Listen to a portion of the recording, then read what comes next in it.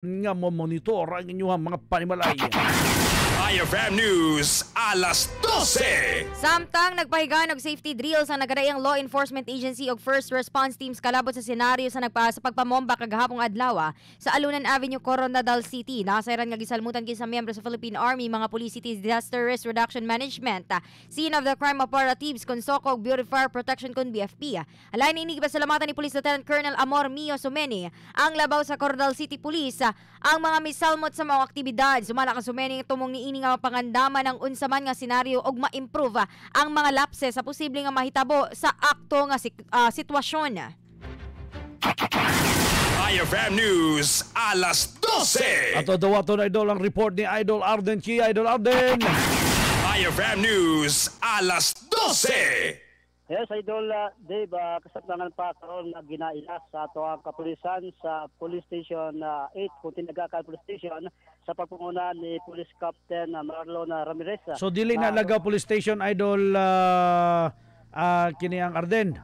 Yes, Idol Dave, kay pasakop gini sa barangay Katanggawan, kay kuan mo ni sa Purok 9B, barangay Katanggawan, sa sakop gini siya sa tinagakan police station. Kaya karon Idol Dave, ang biktima ang gidala na sa usa ka funeral home, kaganiya lang sa may Princess Funeral Home, kung sa gidala ang kining patayng lawas na sa kining biktima na padayon pa karon nga ginaila ang identity nini tungod kay walay nakita nga ID. Idol Dave, kato lamang ang sensilyo na mga kwarta ang nakitaan lang sa patayng lawas niini, yun ya katong posisyon niya nga nakahapa Idol Dave o kadunay samad sa ulo nga bahin. Apan kabutiyag ni Police Captain Ramirez nga walay samad sa kinibang pribado nga kalawas ani nga biktima. Ang kato lamang nga dunay gasgas sa ulo, apan karon ginasuta pa kana sa ato nga SOCO team o sa ato kapulisan kung kinibag gidunggab o gipusil or dunabay imunta nga salvage nga natigayon Idol Arden. Pero sa karon isad lang ko pa ang ato nga kapulisan. Unsa man Idol Arden, aduna bay ati mailhan nga dito gipatay ang biktima o gilabay lang dito? Idol Dave, sa ato ang pakibalo, posible gilabay lang din ang kining mao nang ingon sa pulis Idol Arden, mao nang ingon nila nga posibleng gilabay lang.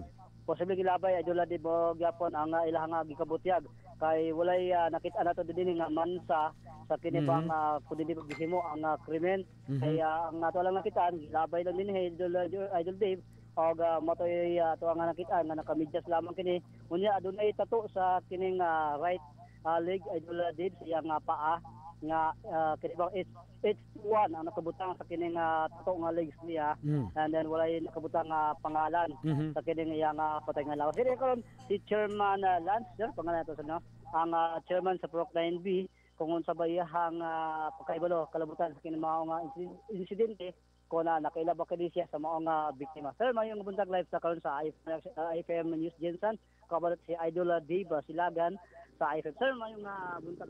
Sa yung pagkahibalo sir sa mga panghitabok ganyan? Maayong buntag.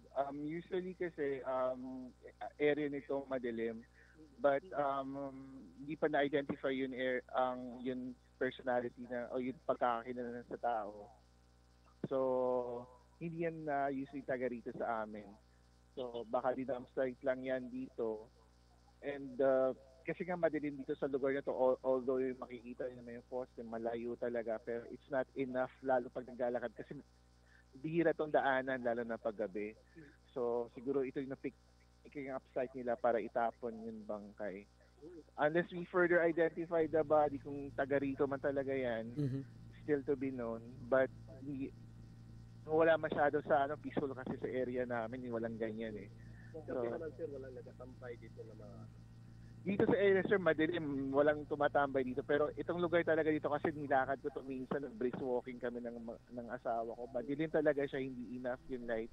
So maybe pwede akong pumunta sa barangay if we can somehow contribute para mailawan ng area to prevent this kind of incident. Ang pangakalam ko sir sa memorya ko, ito yun ngayong taon na may natapunan ng patay dito. First time ngayon taon. Pero dati sa kabila, pero may mga ilaw na yun eh. Pero dito sa area na to madilim talaga. Hindi sapat yung ilaw.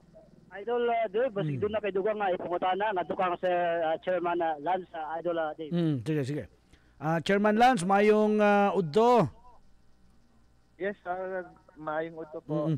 Sir, kining nga area din ha, sir, wala na yung mga balay din ha, sir, or kung may balay, lagyo-lagyo, or wala dyan balay? Yes po, subdivision po to kasi sa sa left side. Tapos dito sa Niyat Canal. So yung mga bahay dito, sir, malayo. Malayo. Oo, walang masyado mga tao. So kung for example paggabi, maglalakad kayo dito at hindi taga rito, nakakatakot. So ang area diha, sir, ginaagian ba yung sakyanan, daghan gaagi yung sakyanan diha if ever gabi is, sir, or kining mga kadlawon, or panagsahon lang jud kayo, sir? Pag umaga, sir, ito magandang route pag traffic, makaiwas sa traffic. Pero pag gabi, sir, madalang yung sasakyan dito kasi nga madilim.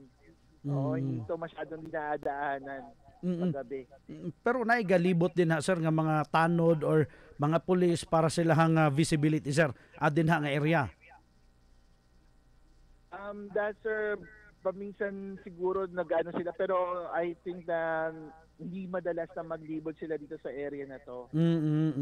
Sir, giingon nimo ganiha nga medyo layo ang mga balay din ha, sir, pero walay nakaingon nimo nga constituente nimo, sir, nga pos naa sila nakitaan nga sakyanan nga nihunong dira kagabi or nadungog nga mga saba din ha kagabi before nakitaan ang patay nga lawas mga alas 10 sa buntag, sir? That will not be possible, sir, kasi kung makikita yung area, pader na sa kabila ng subdivision. Okay. Tapos dito sa Nia, puro mga puno na. So, mahirap talaga makita ng mga tao kung may bilang talaga. Unless dumaan sila mismo sa lugar. Perfect kayo nga lugar, sir, para labayanan og patay, sir, kay way makakita. Yun nga, sir, madalang. But, pupunta po ako sa barangay para i-report and see what we can do and contribute para at least mailawan ng konti yung area to prevent this kind of incident. So maunta na kung sunod nga pangutanan si Muha, sir, pero at least imuhang giingon na daan ang inyuhang buhaton aron nga at least mabawas-bawasan ang kahadlok sa mga tao nga moagi din ha og di na masundan ang paglabay og patay din ha sa inyong area, sir. Yun po. Yun lang po yung may contribute namin. It's very unfortunate na nangyari na natapunan yung area namin. Okay. Sir, salamat kayo, sir. Salamat rin po sa time, sir. God bless po. God bless. Okay. Si Chairman Lance, Idol Dave, ito ang nahinabi. Sa pangalan ni, sa apelido ni Chairman Lance, gani Idol Arden? Idol Dave? Sa apelido ni Chairman Lance? Apelido daw, sir. Okay. Sir, sa ito kayong kumpleto pangalan, Chairman? Lance Nabuab, N-A-B-U-A-B.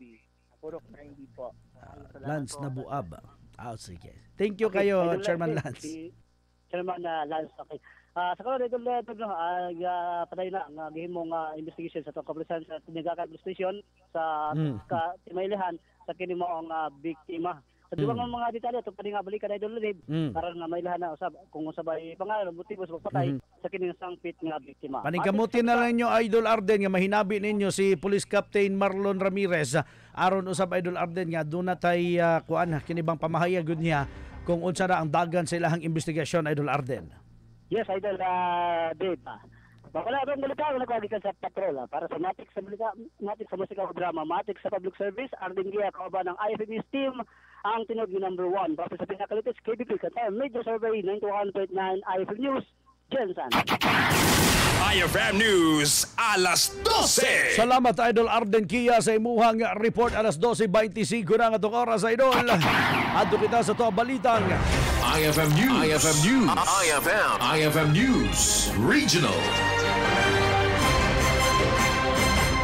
Idol, anaan karon sa Talandugunong kahimtang sa Dan Brian Gomez Palabrica, 30 anyos human kini nga gitigbas sa sospek nga naila sa pangalan Joseph Oson Asenjo, 38 anyos nga parihas nga residente sa may sitio Purok 3, sitio Mambaos, Barangay Poblasyon, Loreto, Agusan del Sur. Base sa report nga nag-inom ang duha ka mga tao, Idol. Sa dihang ang biktima ang mehigda nasa taas ng gilingkuran, kalit lang matod pa kini nga gitigba sa sospek sa makapila ka higayon na human nga nahitabo ang dali nga miikya sa sospek sa wala matinong direksyon sa maong lugar. Gilain usab nga gidala sa Loreto District Hospital ang biktima alang sa medical treatment, samtang ang sospek ang padayon pa usab nga ginapangita, Idol, sa otoridad. IFM News, alas 12. Samtang napalgang unconscious gawa sa bangko sa Monteverde Street, Davao City ang sa 52 anyos nga lalaki sa report sa Davao City Fire District Emergency Medical Service. Basbas nilang gitabang ang mga pasyente o gi-CPR. Maalang puso ng mga responder nga mabalik ang pulso sa mga lalaki o gidala-gilahan sa Southern Philippines Medical Center alang sa medical intervention. Nagpasalamat ang DCFD-M sa first responder nga sibilyan nga si Rosel Seno nga mihimo sa pasiunang CPR sa pasyente. IFM News, alas 12. Alas 12:27 na nga itong oras ay idol ang maong oras sa kanato sa Liver Aid Celebrate Capsule. Protektahi ang inyong atay batok sa sakit nga fatty liver disease, alcoholic hepatitis o liver cirrhosis. Mga sakit nga makuha nimo tungod sa sobrang pag-inom og ilim no makahubog ang pagkaon ug tambok nga mga pagkaon. Pag-inom og Liver Aid Celebrate Capsule kay ang Liver Aid ang adunay antioxidant og effective kayo idol nga maghatag og proteksyon sa imong lawas gikan usab sa herb ang silimarin, hinungdan nga natural kini og safe. May bisyo man wala, hilig man mo inom o dili, mas maayo nga adlaw-adlaw nga mag-inom og Liver Aid Celebrate Capsule. Mga liver lovers, mag Liver Aid na para sa kalusugan ng atay. Ang Liver Aid Celebrate Capsule ay idol ang mapalit sa mga butika sa inyong mga lugar nationwide. IFM News, alas 12. IFM News National. Idol, sa tuwa balitang national, gianunsyo na sa Korte Suprema nga ipahigayon sa September 2024 ang sunod nga bar exam subay usab sa bar bulletin sa Office of the Chairman o Chairperson. Ikasa sa ang eksaminasyon sa September 8, 11 o 15. Si Associate Justice Mario Lopez ang magsilbing 2024 bar chairperson. Sigud pa kan Lopez nga sentro idol ang practical skills o jurisprudential perspective sa mga mamahimong question. Nagpabilin man usab o digitalize o regionalize ang sunod nga exam. Apil usab sa unom ka mga subject para sa bar, mga political o public international law, commercial o taxation laws, civil laws, labor laws o social legislation o uban pa. IFM News, alas 12. Samtang gidoson Department of Interior and Local Government kun DILG Secretary Benhor Abalos ang pagbaton og regular nga empleyado sa mga barangay aron masiguro nga padayon ang paghatag serbisyo bisan bag-una ang mga barangay official tungod sa piniliay. Gibuyag na Abalos nga suportado sa DILG ang sugyot sa mga magbabalaod nga imong mas organisado ang sistema sa pagserbisyo sa mga barangay pinaagi sa paghatag serbisyo og incentives ilalom sa Magna Carta para sa barangay, ilalom sa sugyot ang mga trabahante sa barangay. Apilang lupon mamahimong makadawat og honorarium. IFM News, alas 12. Alas 12:30 na ang atong oras. IFM News Sports. Idol, para sa ato balitang pampaugdat sa kusog. Nakatala idol si Luka Doncic og 35 points, 8 ka mga rebounds ug 9 ka mga assist. Aron nga panguluhan idol ang Dallas Mavericks ngadto sa score nga 120-113. Human yung mapildi ang Memphis Grizzlies. Minawag ang Mavs bisan pa man wala ang laing tulo nila ka mga sinaligan nga sila Kyrie Irving, Grant Williams o Tim Hardaway Jr. Ang rookie nga si Derek Lively, the second ang mitampo og 16 points. 16 points usab. Ka-rebounds ang gihatag ni Jaden Hardy, midugang og 19 points usab alang sa Mavs. IFM News, alas 12. IFM News Showbiz. Mikulit na po doglaing record ang banda nga Ben & Ben sa music platform nga Spotify. Sumala pa sa chart data Philippines, ang mong banda kay nakalangkat og 2 billion streams sa Spotify. Namin tinaran ini ang titulo nga most streamed Filipino artist of all time. Nagpasalamat man usab ang Ben & Ben sa mga fans tungod paday na pasuporta sa ilahang mga awit.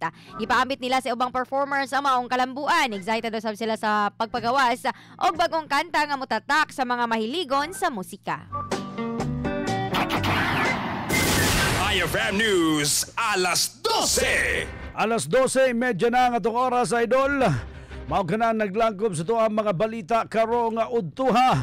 Ang una o kining IFM alas 12. Nakalimot pa ko sa balitang alas 12. Nakalimot pa ko sa tuang nagkug. Amay pagpaminaw, idol, ha. Kang Geraldine Lakinia, good morning. Pina-shoutout daw sa Lanton na sa Lakinya family. Taas siya sa Riyadh karon si Claire Corjam. Good morning sa imuha idol. Og shout out niya si Vemberly, Mama Lydia, Will Jane og sa kuang cute nga mga pagumangkon nga si Bria Marco. Thank you. Si John Rambo sa Mindanao, maayong pagpaminaw usab sa imuha.